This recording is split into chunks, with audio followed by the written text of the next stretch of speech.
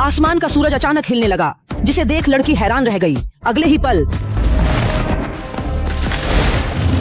यह कोई सूरज नहीं था, बल्कि एक चमकने वाला जीव था। आदमी को अपनी आंखों के सामने उस जीव के तंबुओं से जकड़े जाते देख उसने छूटने की कोशिश की और फिर तंबुओं को पकड़ा और जोर से उसे बाहर फेंक दिया। लेकिन अगले ही पल जमीन से एक विशाल जीव निकला और उस जीव को निगल गया। दोनों डर से भागने लगे, लेकिन वह उन्हें पकड़ने ही वाला था।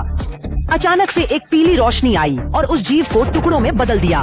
फिर कुछ अजीब लोग आए और दोनों को अपने कबीले में ले गए। उन्होंने एक लाल रंग का पेय जबरदस्ती आदमी को पिलाया, जो पीने के बाद उनकी भाषा समझने लगा। यह जगह आखिर क्या है? असल में 10 मिनट पहले एंटमैन की बेटी ने एक डिटेक्टर का आविष्कार किया जो सूक्ष्म दुनिया की खोज कर सकता था, लेकिन इसे शुरू करते ही कुछ गड़बड़ हो गई। एक नीली रोशनी उठी, फिर एक जोरदार झटका और एक शक्तिशाली खिंचाव महसूस हुआ।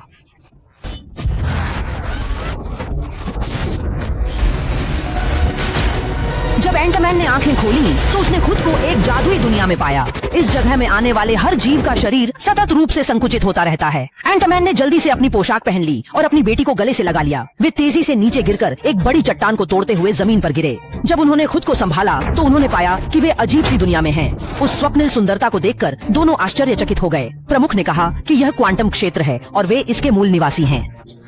यहाँ के निवासी अक्सर दानव सम्राट के अत्याचार का सामना करते हैं। बात पूरी भी नहीं हुई थी कि आसमान में नाचने वाली कई उड़न तश्तरियां आ गईं और बमबारी शुरू हो गई।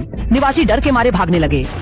कैसी ने अपनी पोशाक पहनकर विरोध करने की कोशिश की, लेकिन लड़ाई का अनुभव न होने के कारण वह बुरी तरह हार रही थी। सौभाग्य से एंटमैन ने हस्तक्षेप किया और शत्रुओं को पलट कर रख दिया। जैसे ही वे जीत रहे थे, एक रोबोट आ गया जिसने बम दागने शुरू कर दिए। कुछ बमों में ही कबीला नष्ट हो गया। हैरानी की बात यह थी कि वह रोबोट उनका पुराना दुश्मन डारेन था। एंटमैन ने उसे पहले हराया था, लेकिन वह यहाँ क्वांटम क्षेत्र में आकर दानव सम्राट के अधीन होकर रोबोट में बदल गया था।